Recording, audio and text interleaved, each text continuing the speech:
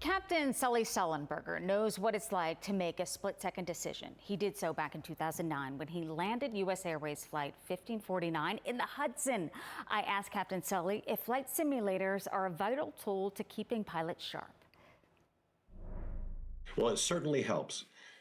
During COVID, as you said, when pilots are not getting enough flying time to really be on top of their game, they have to go into the flight simulator. And so it's important that airlines provide the time and allow them to do that. So when they are not confident of their skills being at the highest level, they can go and practice repeatedly before they fly the next flight with passengers on board. Another pilot said that the error was not many people on the flight and therefore misjudging, I believe, the landing. So you can't really take anything for granted because every flight is different.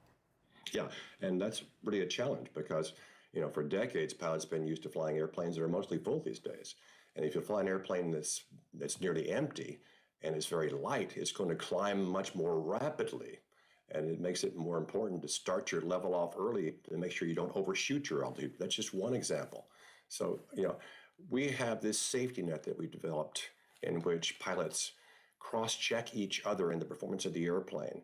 And much of that must be done by memory because there can't be a checklist for every single item. So that's why that muscle memory has to be so strong that you can do it without being distracted or without omitting anything. And the captain also added it's not just skills that can get rusty, as pilots admitted to in a recent FAA report.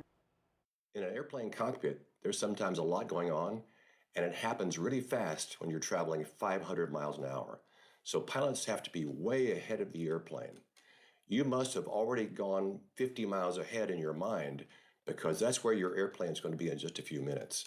So you have to be able to plan and anticipate and not just react.